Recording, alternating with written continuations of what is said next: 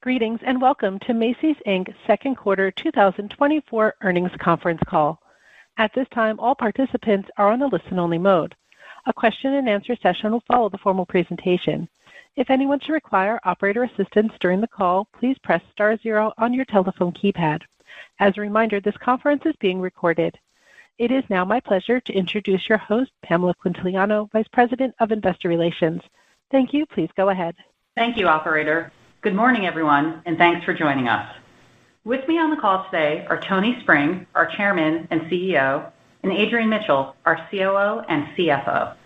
Along with our second quarter 2024 press release, a presentation has been posted on the investor section of our website, macysinc.com, and is being displayed live during today's webcast. Unless otherwise noted, the comparisons we provide will be versus 2023. All references to our prior expectations, outlook, or guidance refer to information provided on our May 21st earnings call, unless otherwise noted. In addition, all references to comp sales throughout today's prepared remarks represent comparable owned plus licensed plus marketplace sales and owned plus licensed sales for our store locations, unless otherwise noted. All forward-looking statements are subject to the safe harbor provisions of the Private Securities Litigation Reform Act of 1995. These forward-looking statements are subject to risks and uncertainties that could cause actual results to differ materially from the expectations and assumptions mentioned today. A detailed discussion of these factors and uncertainties is contained in our filings with the Securities and Exchange Commission. In discussing the results of our operations, we will be providing certain non-GAAP financial measures. You can find additional information regarding these non-GAAP financial measures, as well as others, on the investor section of our website. Today's call is being webcast on our website. A replay will be available approximately 2 hours after the conclusion of this call. With that, I'll turn it over to Tony. Thanks, Pam, and good morning, everyone. I'd like to start by expressing my sincere appreciation for our stores, distribution centers, and corporate colleagues, as well as our trusted partners. Your ongoing commitment to our customer and to our long-term goals empowered us to achieve better than expected earnings results and make meaningful progress on our Bold New Chapter strategy. We continue to be encouraged by the performance of our first 50 stores at the Macy's nameplate. These stores, which we view as the leading indicator of our go-forward Macy's growth and ultimately our ability to achieve comp sales growth, delivered a 1% comp sales gain for the quarter. At our luxury nameplates, Bloomingdale's and Bluemercury, the breadth of our merchandise offering across aspirational to luxury price points continued to resonate, and we delivered strong gross margin expansion and better than expected SG&A as we continued to fund our growth investments.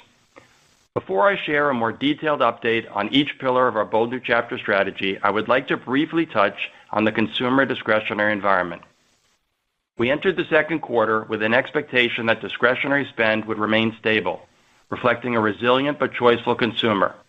As the quarter progressed, our customer became more discriminating, which we attribute to ongoing macroeconomic uncertainty and an increasingly complex news cycle. As trends diverged from our expectations, we did not stand still. We took proactive steps to drive profitable sales, protect our gross margins, and further control SG&A. As a result, while second quarter sales of $4.9 billion were slightly below our outlook, adjusted EPS of 53 cents was well above. At Macy's, which was the most impacted by the shift in consumer behavior, we aligned our assortments and shifted our marketing calendar to better balance value and fashion. We enhanced our promotions and delivered more targeted, personalized messages across categories and brands. And we invested in newness and proven areas of product strength while reducing our exposure to areas of softer demand. These actions incrementally shifted the course of our business late in the second quarter, which is encouraging and speaks to our ability to quickly and thoughtfully analyze results and identify areas of opportunity. And while we cannot control the external environment, we are taking recent learnings and applying them. As we navigate the current landscape, our teams remain focused on the execution of our Bold New Chapter strategy. Turning to the first pillar, strengthening the Macy's nameplate, second quarter net sales declined 4.4%, and comparable sales were down 3.6%. But those numbers don't tell the full story. During the quarter, Macy's experienced ongoing strength in fragrances and green shoots in women's ready-to-wear apparel, including Donna Karan, Steve Madden, Avec Les Filles, and French Connection, to name a few. Customers also responded well to the ongoing private brand ready-to-wear reimagination, including elevated fashion and quality in our heritage labels. As we lap last year's private brand exits, we have been introducing new market and private brands that more closely align with customer demand. Continuing to build on the momentum in this important category is a top priority, and we are making the appropriate investments to support growth. At the same time, we are also addressing the weaknesses in men's apparel, handbags, and home. In men's apparel, contemporary has been a bright spot, and we believe there's an opportunity for growth in this category. Earlier this month, we soft launched a new private brand targeting the under 40 consumer to support our growth aspirations. Within handbags, we are continuing to diversify our brand portfolio. Lauren by Ralph Lauren and Karl Lagerfeld have been well received, and we are experiencing strong demand for Coach's new product assortment. And in home, we are strengthening our holiday gift-giving assortment ahead of our broad private brand reimagination next year. Moving from product to stores, as previously mentioned, the First 50 achieved their second consecutive quarter of positive comps, posting a 1% gain. For the quarter, the disparity in performance between the First 50 and the total Macy's nameplate widened, with the First 50 comps outperforming the total Macy's nameplate by 460 basis points compared to 380 basis points last quarter. Initiatives at these locations continue to gain traction and include improving the customer experience through focused staffing in key departments such as shoes, handbags, ready-to-wear, as well as fitting room and checkout. Enhancing merchandise offerings to emphasize freshness, relevance, and inspiration, with a focus on variety rather than redundancy by editing existing assortments and adding new brands. Modernizing our visual presentations, and offering unique store-level activations and community events. First 50 customer satisfaction is growing. Net Promoter Scores were 600 basis points above last year and over 200 basis points better than other go-forward locations, with improvements in availability of salespeople, quick and easy checkout, and neat and clean stores. These locations also had higher traffic and conversion relative to other go-forward locations, and all merchandise categories outperformed, with shoes, handbags, men's, and kids' apparel, as well as women's ready-to-wear, registering the most improvement. To pause on that, two categories where we've been struggling more broadly, men's and handbags, were among the most significant relative outperformers, which is exciting and could serve as a broader unlock. The First 50 were created with an eye toward the future expansion. Locations have diverse geographic and socioeconomic representation, and initiatives are cross-functional and designed to be replicated. And with 2 consecutive quarters of meaningful comp outperformance, we are pleased to announce that we are implementing women's shoe and handbag staffing tests in roughly 100 additional go-forward locations this fall. These tests will provide valuable insights that will be used as we further refine our initiatives. Beyond the First 50, another important element of strengthening the Macy's nameplate is closing and monetizing our 150 non-go-forward locations. As a reminder, in fiscal 2023, comp sales of Macy's go-forward locations outperformed non-go-forward locations by approximately 500 basis points, and the four-wall adjusted EBITDA rate outperformed by roughly 950 basis points. While non-go-forward locations are underperformers relative to the total Macy's fleet, they are valuable real estate assets. Demand for these properties has been strong. We are pleased with the pace and the quality of deal making and now expect to close approximately 55 stores this year versus prior expectations of roughly 50. We will continue to thoughtfully evaluate all opportunities presented to us, but given our strong balance sheet and that we have no material debt maturities until 2027, we will not execute a deal unless it is accretive. As we think about the future of the Macy's nameplate, we are committed to reading and reacting in real time to consumer demand to offer increasingly relevant product, messaging, and experiences at a compelling value regardless of the environment. Reflecting that mindset, we have adjusted back half marketing and the promotional calendars and the depth and composition of buys, pulling back where business has been soft while protecting areas where we have momentum.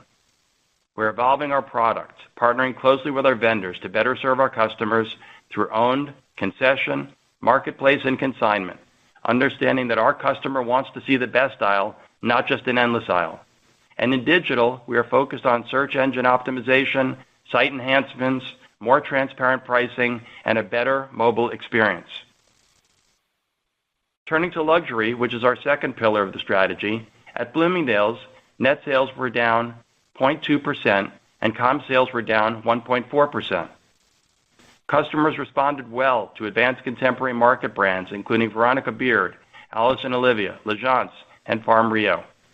The Venus Williams Aqua collaboration, which launched in mid-June just ahead of Wimbledon and the Olympics, was very well received.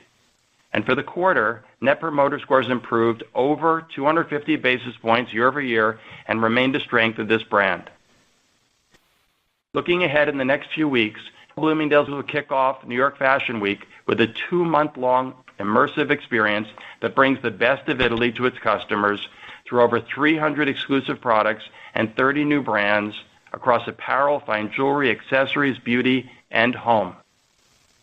All Bloomingdale's locations will host a celebration with food, art, and music. And throughout the activation, our 59th Street flagship will have shops, installations, and pop-ups on every floor. At Bluemercury, we achieved our 14th consecutive quarter of comp store sales growth, posting a 2% gain with net sales growing 1.7%. Customers continue to respond well to differentiated skincare offerings, including new brands like Dr. Diamond's Macy. And we see an opportunity to expand fragrances with the recent launches of Creed and Parfum de Marly. During the quarter, Bluemercury opened 1 new store and remodeled another. New and remodeled locations continue to be received well and are outperforming the total fleet. With each new store, our team is elevating its service model, spa integration, and product mix curation to further establish Bluemercury as the authority in professional skincare. And in just a few weeks, Bluemercury will kick off its 25th anniversary celebration, which will run throughout the remainder of the year. We are confident in the luxury category and its long-term potential. Although Bloomingdale's and Bluemercury are not immune from the broader macro pressures, the variety of our market and private brand merchandise offerings provides compelling options that will allow us to capture wallet share.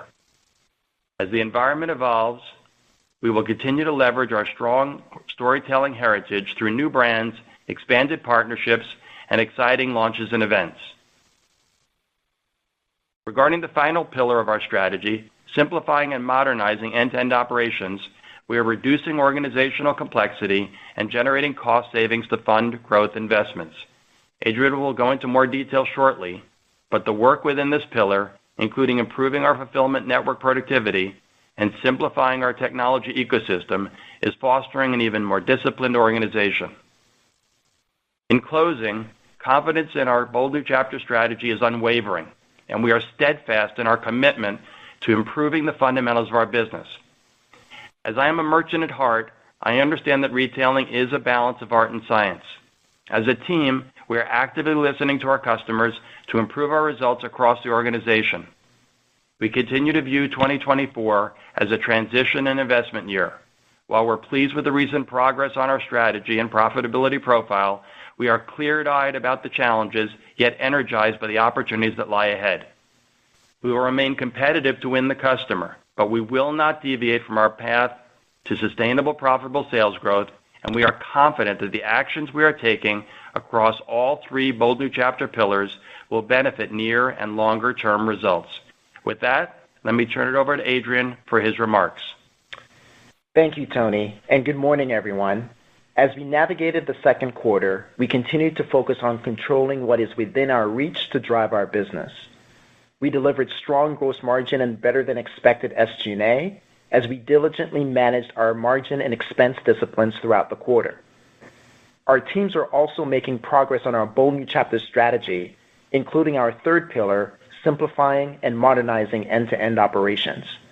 We're leaning into cost savings programs and working capital disciplines as we make targeted investments in areas such as automation and process simplification, which should benefit day-to-day execution. Thus far, these investments have improved the customer experience through faster online delivery and higher product in stocks, while contributing to strong bottom-line performance and cash flow generation. Now let's turn to our second quarter results. As a reminder, all comparisons are to the comparable year-ago period unless otherwise stated. During the quarter, we focused on gross margin expansion and effective expense management. This, combined with the actions Tony described earlier, allows us to achieve adjusted EPS that was significantly above our expectations, even without the benefit of the second quarter asset sale gain. Overall, total Macy's Inc. net sales were $4.9 billion, down 3.8%, and total enterprise comps were down 3.3%. Within that, go-forward business Macy's Inc. comps, defined as Macy's, Bloomingdale's, and Bluemercury go-forward locations, plus digital, declined 3%.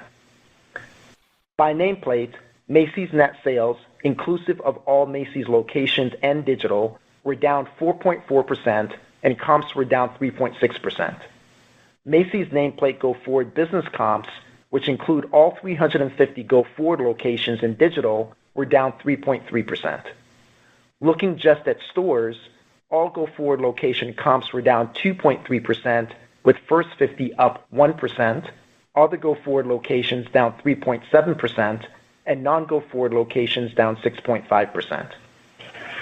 We remain encouraged by our First 50 performance.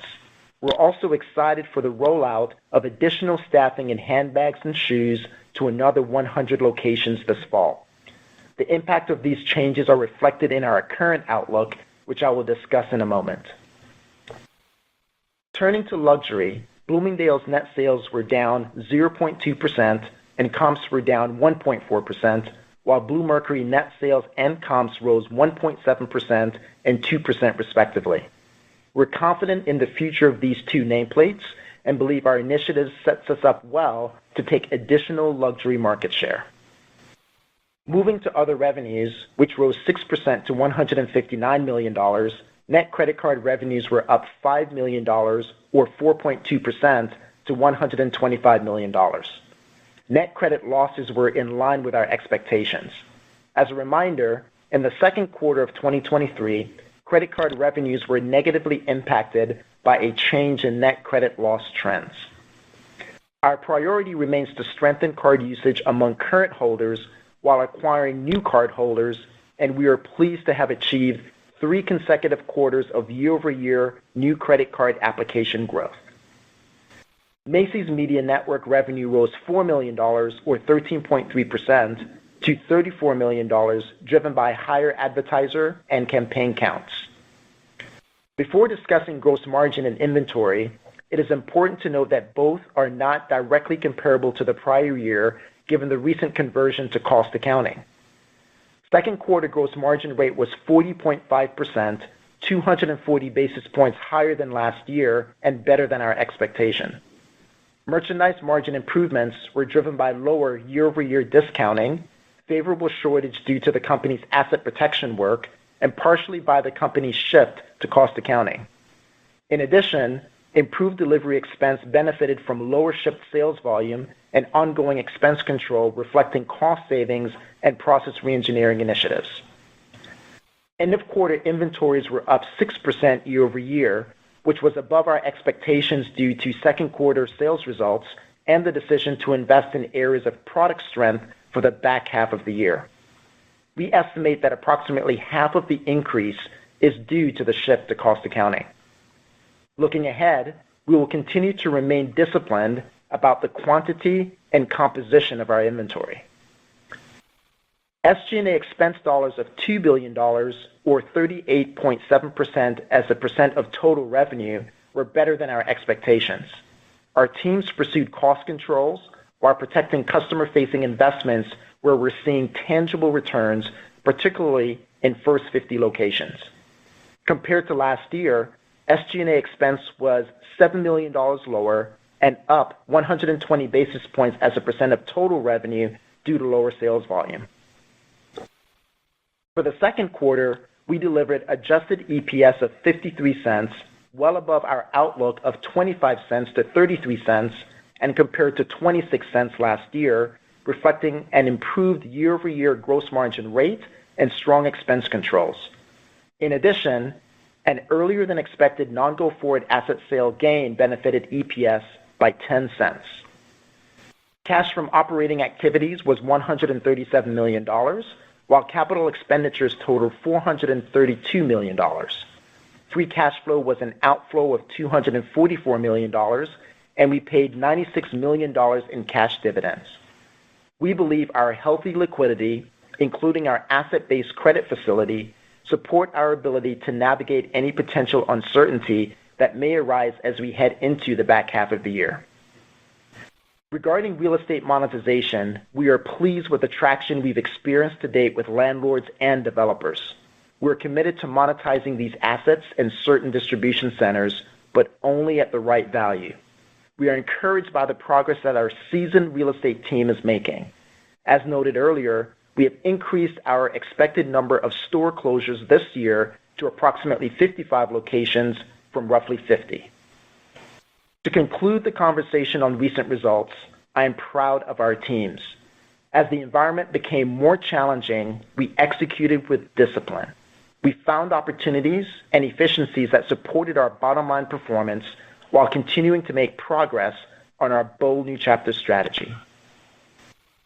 Our full year and third quarter outlooks reflect everything we know about the consumer, our operations, and our goals as of today. As we navigate the remainder of the year, we will leverage our operational agility and execution disciplines to protect our profitability. Before discussing our full year and third quarter assumptions, a few reminders. First, our outlook assumes a more discriminating consumer and heightened promotional environment relative to our prior expectations. We believe our range gives us room to address the ongoing uncertainty in the discretionary consumer market.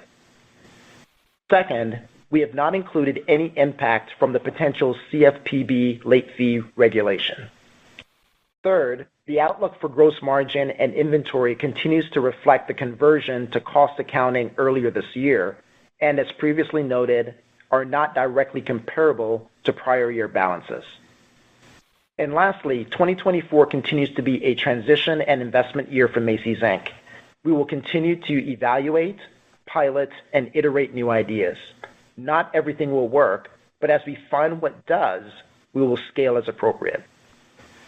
With that, for fiscal 2024, we now expect net sales of approximately $22.1 to $22.4 billion. The primary drivers of our reduced sales outlook relative to prior expectations are second quarter sales results and a more challenging environment.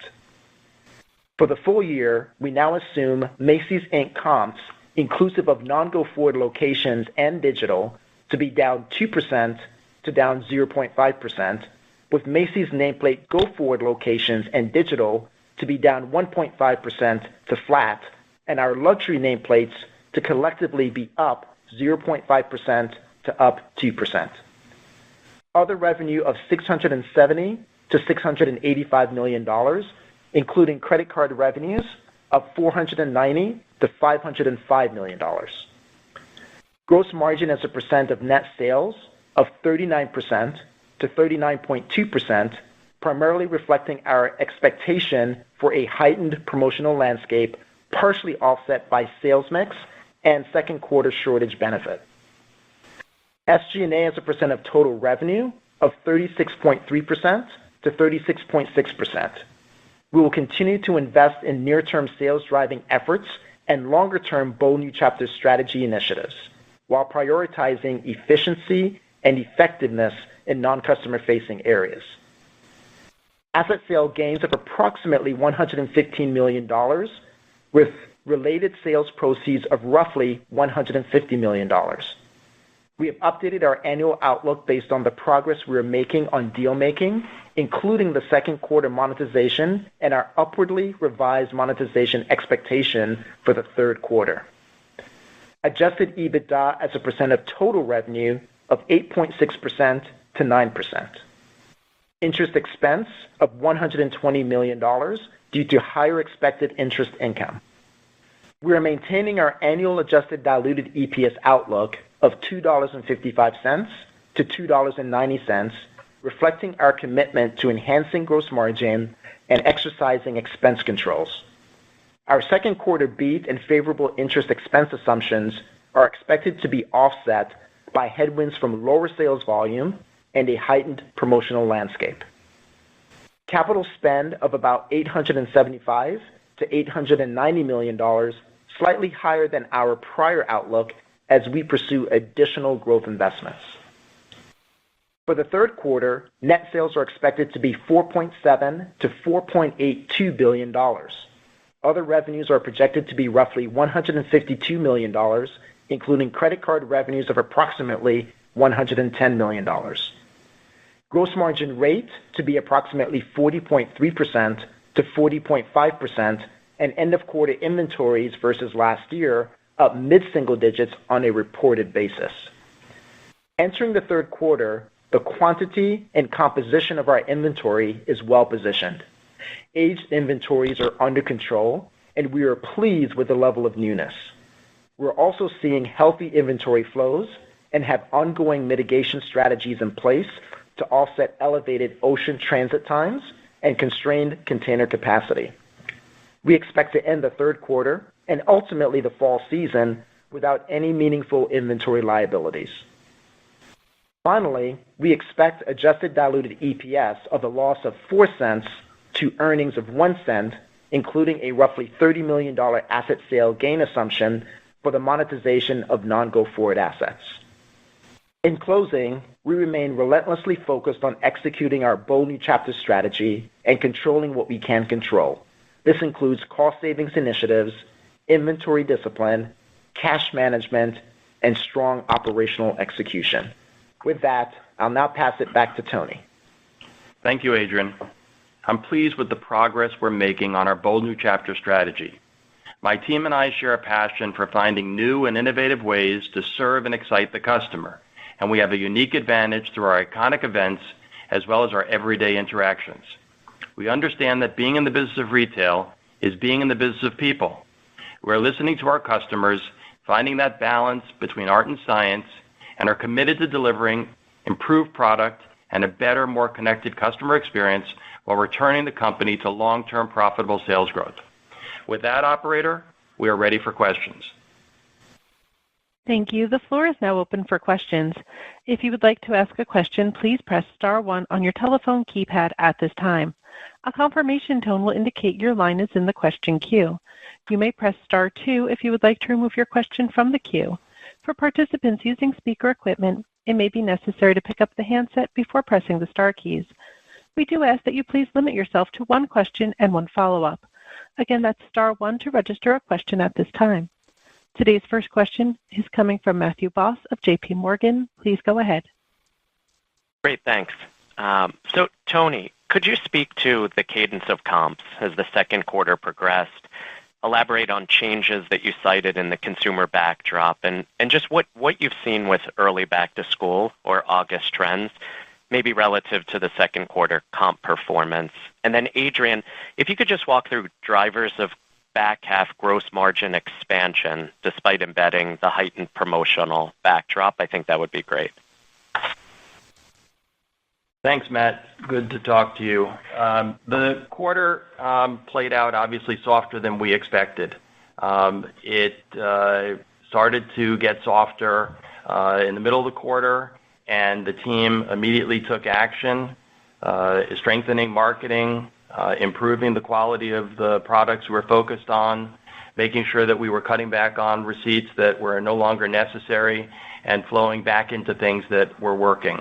We saw an immediate impact, and while I'm not going to comment on third quarter sales, I will say that the changes we made in the second quarter are showing in the third quarter as well. And our guidance, I think, gives us that conservative outlook for the remainder of the year that is both prudent and appropriate, allowing us to reaffirm our EPS guidance for the year and at the same time acknowledge the fact that the consumer is more discriminating. I do think that the changes that we're making in the first 50 serve as a great barometer and opportunity for us to continue to learn and apply to more stores going forward. We did announce 100 stores that we're adding staffing tests to in both handbags and shoes. The fact that in the first 50, all categories outperformed the rest of the nameplate, the fact that we're seeing it on the top line, we're seeing it on the customer service scores, we're seeing it in better traffic and conversion. So we think we have a model that we just need a little longer to learn from, but we're prepared to use that as the go-forward strategy for the Macy's brand. Adrian? Good morning, Matt. Let me speak a little bit to gross margin. So as you know, that we're quite pleased with our Q2 gross margin results, and we're certainly confident in our outlook for the year, as we spoke about a few moments ago. The range that we have for the year of 39% to 39.2%, we believe just gives us sufficient flexibility to respond to the uncertainty that may be on the horizon. Now, as we think about our gross margin outlook for the balance of the year in the fall season, there are really three things that we're focused on. The first is around inventories, and we feel at this point that we do have inventories under control. We took some actions coming out of the second quarter, given we had softer sales in the quarter, and we've already made the appropriate adjustments for Q3 and Q4. And the kinds of things that we're leaning into are the things that you're familiar with. We have good disciplines and good controls already in place. At this moment in time, our aged inventories are well under control. We're pleased with the level of newness because we're now approaching the holiday season, and we have a healthy flow given some of the constraints I mentioned a bit earlier around container availability and supply chain delays. But there are a couple of other things that are important for us as well. The second one being shortage trends. We benefited in the second quarter from lower shortage than we expected, as we've made investments at the end of last year into the beginning of this year with our asset protection team, and the initiatives that they're pursuing seem to be working. So we're very pleased with that. The last piece is lower delivery costs. We continue to diversify our carriers who have lower rates without actually compromising service levels. We also recognize that it's important to have the right balance of upstream versus downstream fulfillment, which has enabled us to minimize split shipments, which can be quite costly for us. So as we think about inventory discipline, shortage trends, and lower delivery costs, we're encouraged by our outlook for the balance of the year and also encouraged by what we expect to deliver in the third quarter. Great color. Best of luck. Thanks, Matt. Thank you. The next question is coming from Brooke Roach of Goldman Sachs. Please go ahead. Good morning, and thank you for taking our question. Tony, I was hoping you could help frame the magnitude of the potential tailwinds you see from the rollout of these select First 50 staffing tests to locations this fall. And then bigger picture, the key factors that you're looking for that will allow you to more aggressively expand these First 50 initiatives to the rest of the fleet. And then perhaps for Adrian, can you elaborate on the adjustments that Macy's is making to its promotion and marketing calendar for the balance of the year? Thank you. Thanks, Brooke. Good to talk to you. We are excited about the first 50. If we haven't made that clear enough, it's 2 consecutive quarters of comp store growth. It's 600 basis points of improvement in NPS, 460 basis points of improvement versus the rest of Macy's. And I want to make clearly, we will expand F50 or First 50. It's a question of when, not if. And I think we've said before on the fourth quarter call, we will elaborate further on how many stores next year, but I think you can view it as a positive sign that we went ahead and did the 100-store test on handbags and shoes as the confidence that we have on those particular families of business on what it can mean to provide the ample level of staffing in a service-oriented business. In terms of the magnitude, it's incorporated into our guidance. I think our guidance gives us the range to be able to use those levers to improve our performance. But I look at the First 50 as continuing to be the best example of what Macy's can be in the future. And please know we are going to move as fast as we possibly can without tripping on our way to success. So I'm just careful about making sure that there are not false positives. We got a lot of noise in the public environment right now. Let's make sure we understand what's causation versus correlation. Adrian? Good morning, Brooke. To your question about the adjustments on promotions and marketing, the context that we are operating under is a consumer that's really oriented on value. And so some of the things that we've been doing is experimenting with our media marketing mix, which we're very encouraged by the experiments that we're seeing on the business, as Tony referenced, since we've made those changes from Q2. We're being very clear on value in our promotional calendar and our communicated messages. But we also recognize that there are other dimensions when the customer shows up on our website or in our stores that matter around value as well. And that's having colleagues available, having a good experience within our stores, making sure that we have strong visual presentation, that we're amplifying the value that's available to the customer when they visit us. So those are the kinds of adjustments that we're making, but really all centered around sharper on the value messaging to the consumer every day that they're actually visiting with us. Great. Thanks so much. I'll pass it on. Thanks, Brooke. Thank you. The next question is coming from Ashley Helgans of Jefferies. Please go ahead.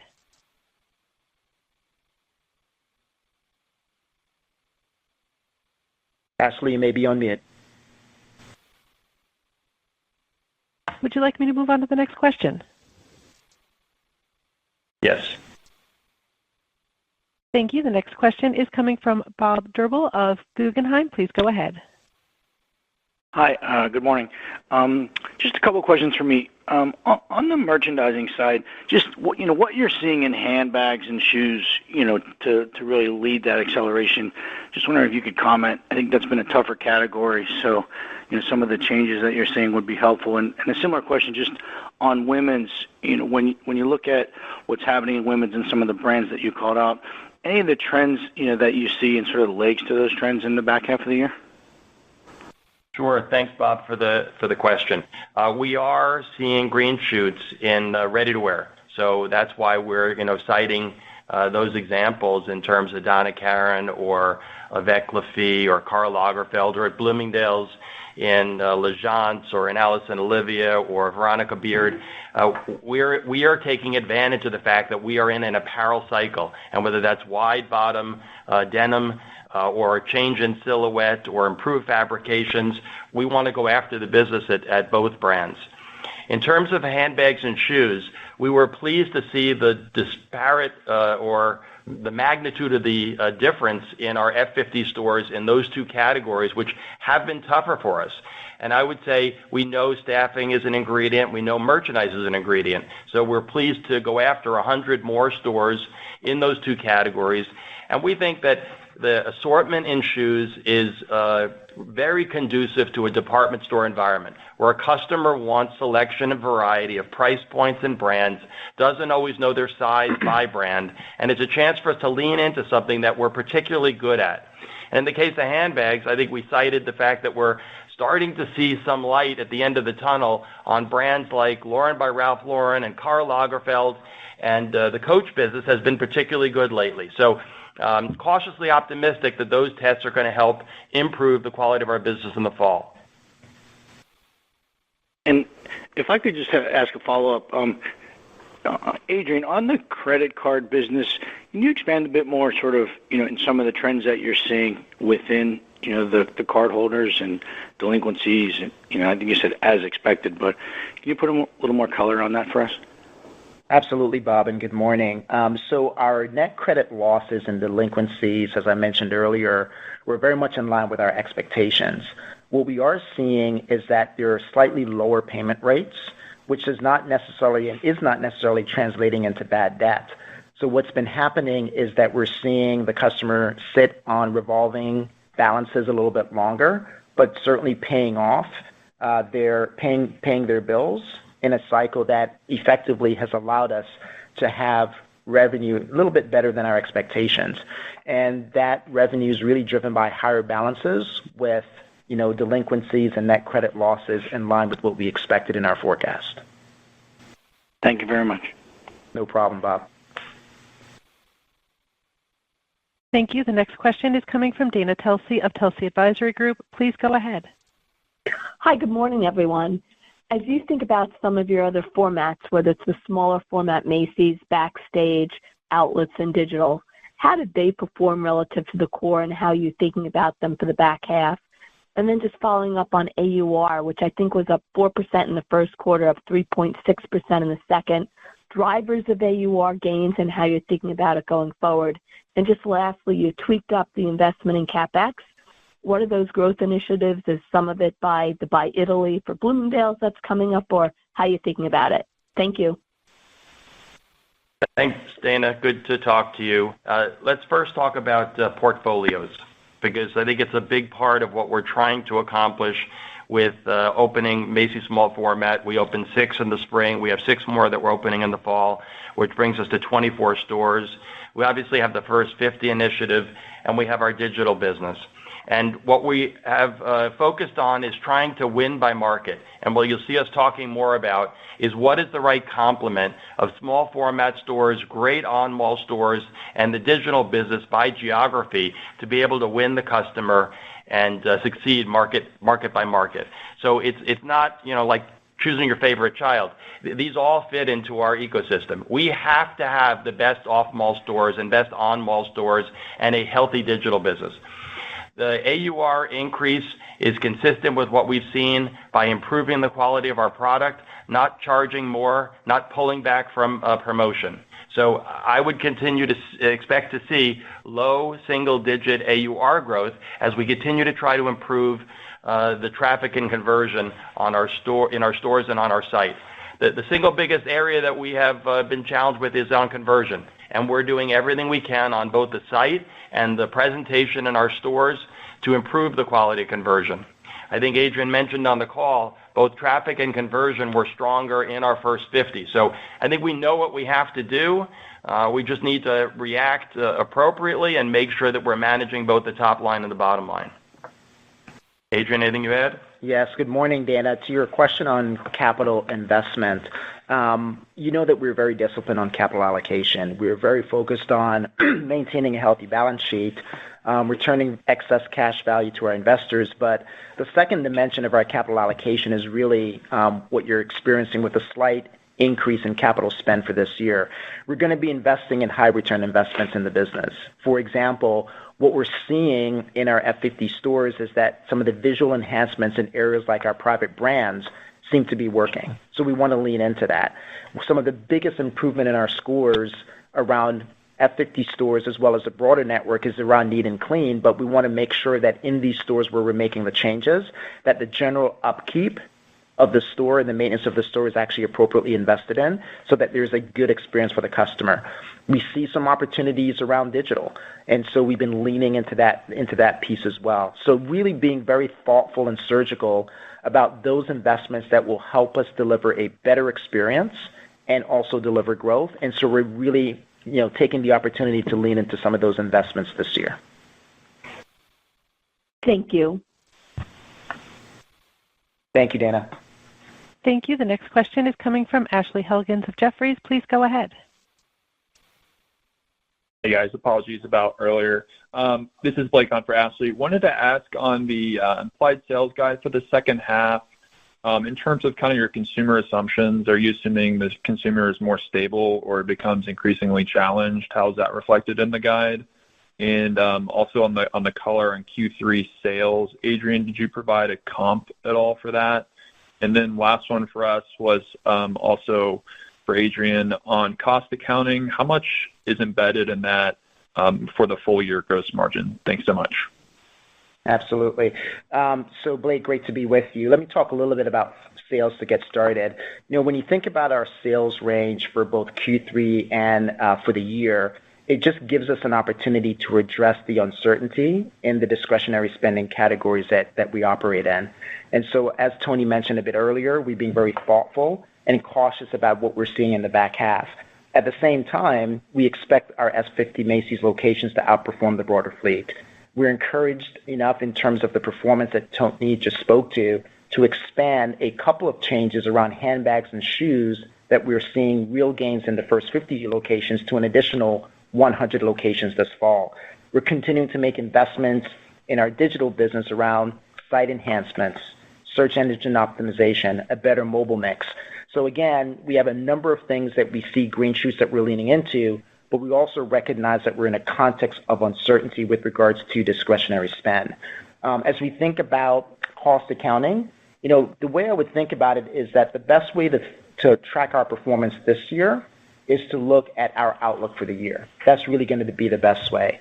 On an annual basis, some of the adjustments that you would expect from the transition from retail accounting to cost accounting are not material for the year. We provided a little bit more detail in Q2, but it's a bit chunky as you go throughout the year, but again, not material for the overall year. And with regards to how we're thinking about gross margin in the third quarter, we're looking at about 40.3 to 40.5%. And we feel that given the ranges on top line, on gross margin, on the bottom line, we should be able to navigate to those outcomes. Great. Thank you. Best of luck. Thank you, Blake. Thank you. The next question is coming from Paul Lejuez of Citi. Please go ahead. Thanks. It's Tracy Kogan filling in for Paul.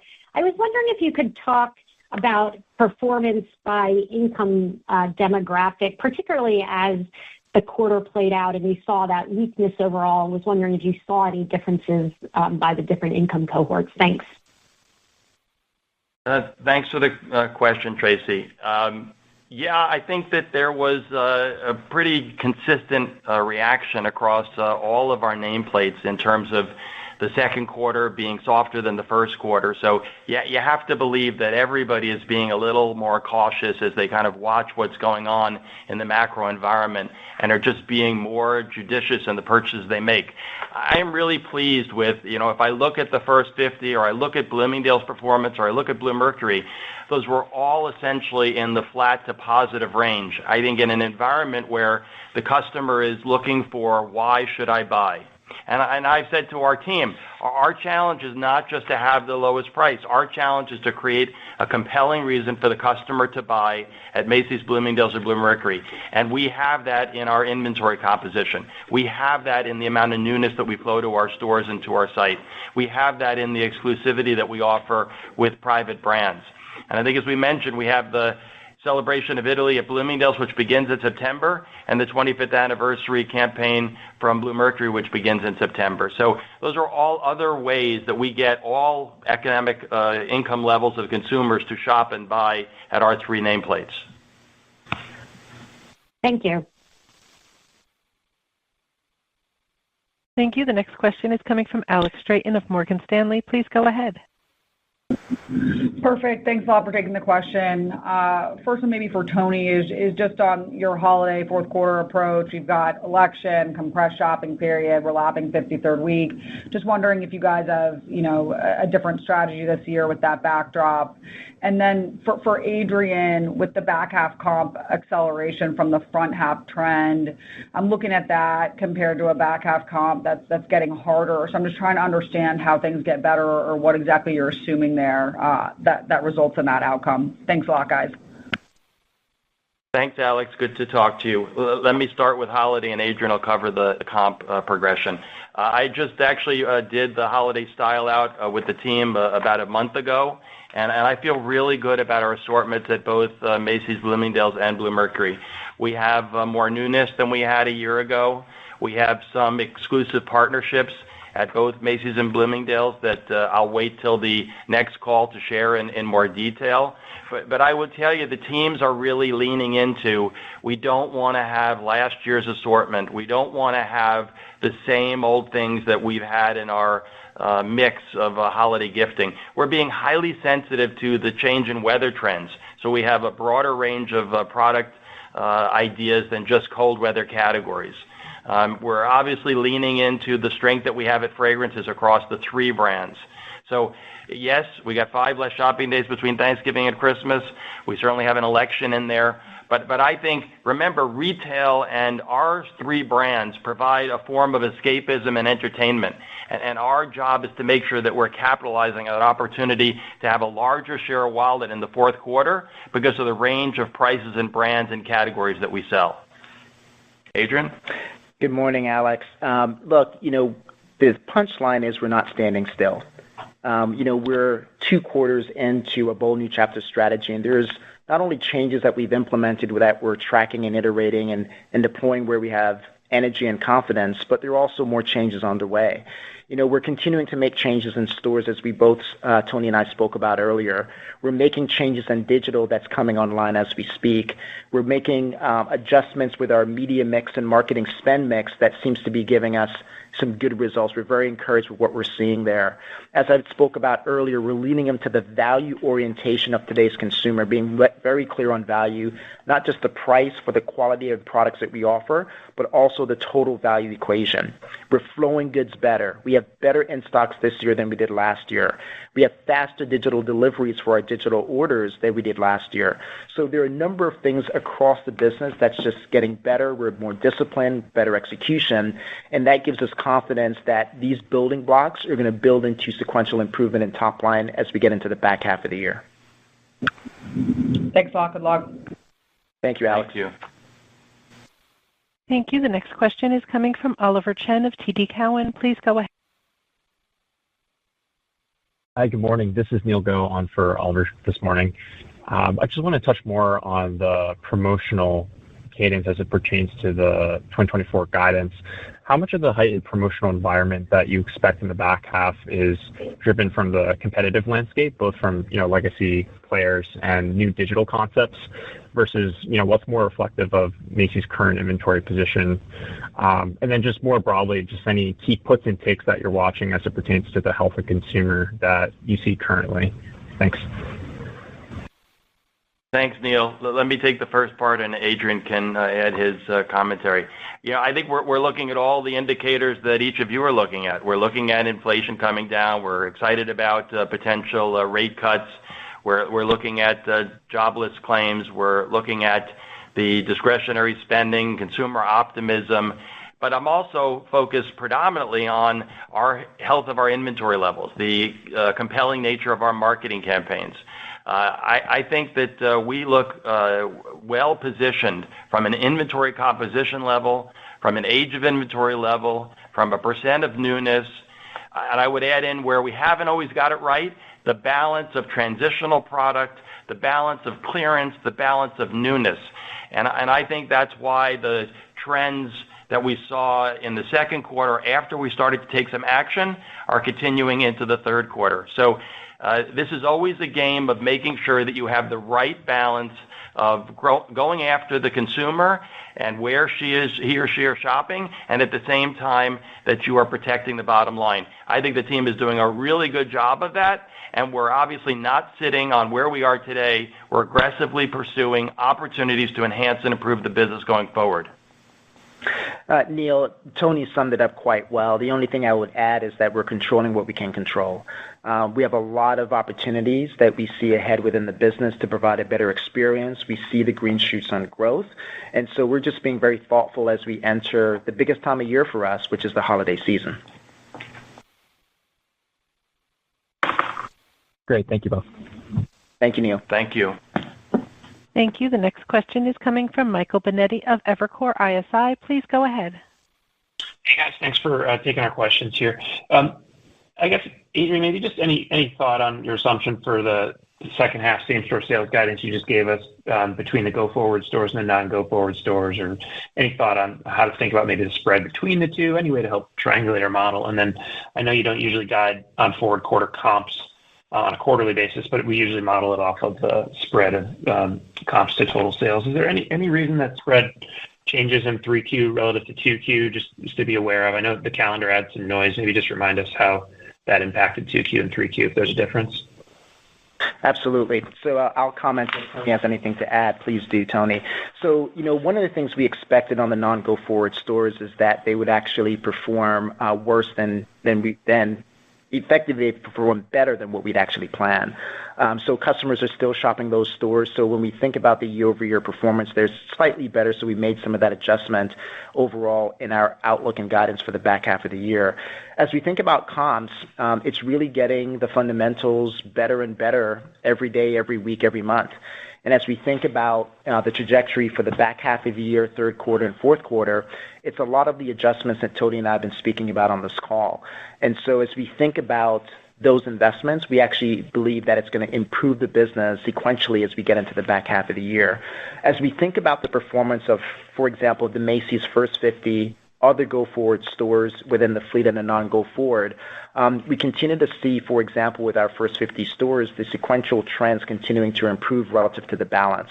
So it just gives us confidence that as we introduce changes into these stores, whether it's visual changes, whether it's some of the staffing changes and the 100 additional stores in handbag and shoes, that we'll be able to actually put in more of those building blocks to really get the relative comp sales growth year over year to improve.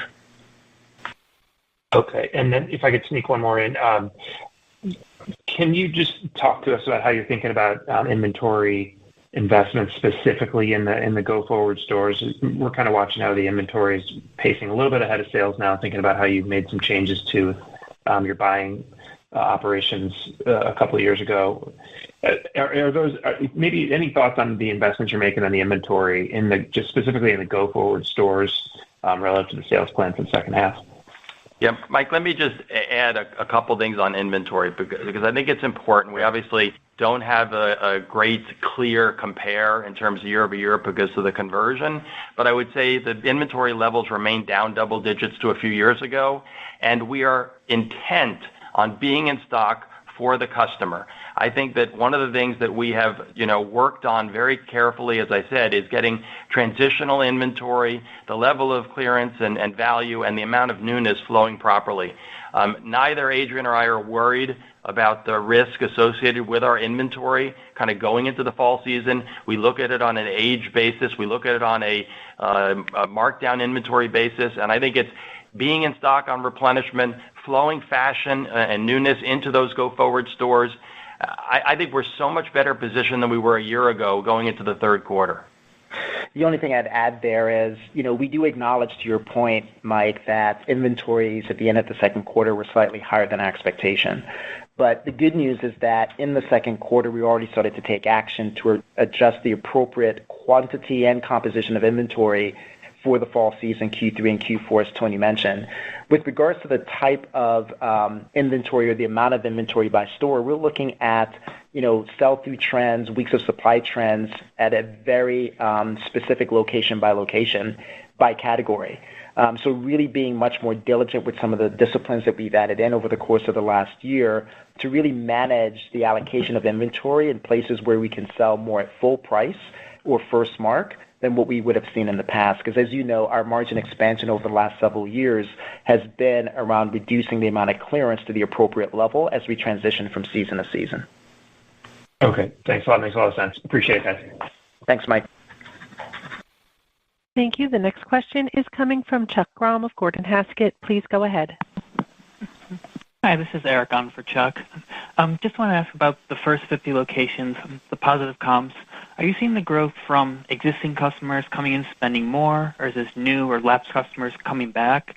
And how do you get out to customers that all the changes that have been made that get them to come back to the store?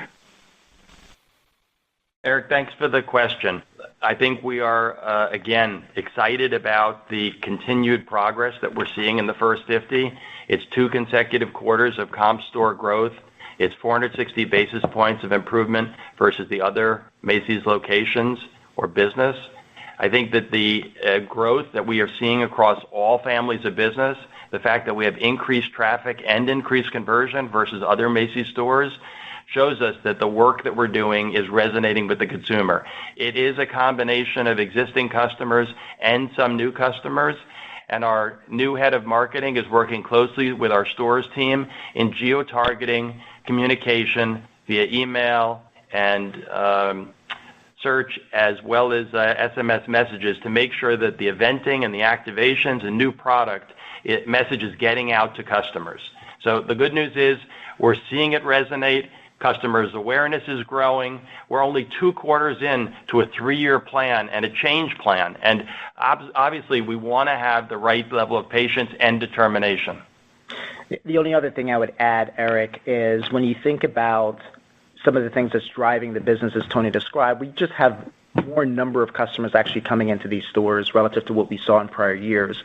And when you think about the experience that we've been investing in, just to bring a little bit of color that Tony spoke about in previous calls, we're making additional staffing investments in handbags, in shoes, in ready-to-wear, in home, also in the fitting room, which gives us the best opportunity to convert that customer, and checkout to make sure that we don't have long lines. We're activating the store through better visual presentation, sharper looks, greater value. We have events to give people reasons to come back to the store and spend time with us. We have digital messaging going out to customers in that locale that we know to get them excited about what's being offered in their local store. And we have local marketing to keep Macy's top of mind for those customers. So, those are the kinds of things that we're seeing gaining traction. And to Tony's point, we're seeing it in terms of traffic and relative conversion. We're seeing it in the number of customers. The categories that are touched have a sequential improvement in sales performance. So a lot of what we talk about is what's the appropriate pace, although a healthy pace, but the appropriate pace, as Tony said, without tripping over ourselves.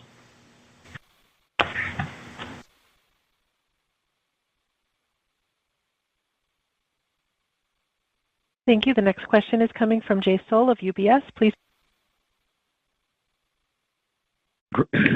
Great. Hopefully you can hear me. My question is about asset sale gains and monetization proceeds. It looks like the guidance for this year went to the high end of the range compared to where it was last quarter. Maybe, Adrian, could you just elaborate a little bit on what assets were sold and what's driving the raised guidance? And that would be helpful. Thank you. Great to be with you, Jay. The punchline here is we're very pleased with the traction and progress. We're getting very healthy responses from landlords and developers. The deal pipeline is healthy even in this environment. So to your point, coming into the quarter, we had a range of $90 million to $115 million in asset sale gains. Now we're saying approximately $115 million. We were pleased with $36 million of gains in Q2. We're forecasting in our guidance $30 million in Q3, which leaves a balance of $67 million in Q4. But overall, what I will tell you is trending quite well. Lots of good traction. The implication of that is that we're going to be closing approximately 55 stores relative to our prior outlook of 50 stores. So this is just all further evidence of the traction that we're having, and we're also very pleased with the value we're able to unlock in those deals and those transactions. Got it. Okay. Adrian, thank you. Thank you, Jay. Thank you. The next question is coming from Janet Joseph Kloppenburg of JJK Research. Please go ahead. Good morning, everyone. I had a couple of questions. First, on merchandise margin or product margin, whichever way you look at it, Tony, for the second quarter, how was that versus your expectations? I mean, peeling away the favorable transportation and the cost accounting benefits, how was it? And what's the thought process on that merchandise margin level in the second half of the year? And I also wanted to ask if the enhanced results you're seeing in handbags and men's in the 50 stores, is that primarily from service and environment, or is there a different brand matrix that you'll start to put in to the existing Macy's stores? And just lastly, if you could talk a little bit about the denim cycle, which we're seeing help a lot of companies this second quarter going into third quarter, and how Macy's has acted upon that opportunity. Thank you. Thanks, Janet. Appreciate the questions. First, on merchandise margin, I think it's the collective work of the team that led to beating our margin guidance for the quarter and has led us to guide appropriately for the fall season. It's making sure that we're providing compelling value, but we're obviously learning from all the pricing science and the opportunities to negotiate in the market and give value to the consumer without giving away margin as a brand and a company. A part of our margin is always related to the quality of our inventory, so that's why Adrian and I both emphasize we feel good about the quality of our inventories. As it relates to the first 50 and the opportunity to expand to 100 other doors with handbags and shoe pilots, yes, it's a combination of the staffing and of the inventory, the quality inventory. So that's why it's good to hear brands like Lauren by Ralph Lauren and Karl Lagerfeld and Coach, which are available in all of these stores, doing well. In addition, we know that having a service model in a environment where you're buying a $300-400 handbag, you need assistance. And so we've seen that impact in the first 50. We're excited to see that impact in both handbags and shoes in the 100 stores that we are expanding this fall. And finally, on your question on the denim cycle, Janet, we absolutely are in a new silhouette or shape in denim after so many years in skinny. We're now in a wide leg and a high rise. And so how we take advantage of that, we obviously have the great premium assortment at Bloomingdale's, and we have an assortment, powerful assortment of Levi's, as well as brands like Seven and Silver at Macy's. And so expect to find in men's and in women's and kids at both Macy's and Bloomingdale's a great assortment of denim for the fall season. Lots of luck. Thanks so much. Thank you. At this time, I would like to turn the floor back over to Mr. Spring for closing comments.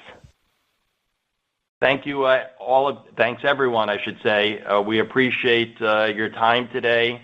We hope you have a good rest of what is a few days, I guess, left of summer, and we certainly look forward to providing another update on the third quarter call. Have a good morning. Ladies and gentlemen, this concludes today's event. You may disconnect your line or log off the webcast at this time and enjoy the rest of your day.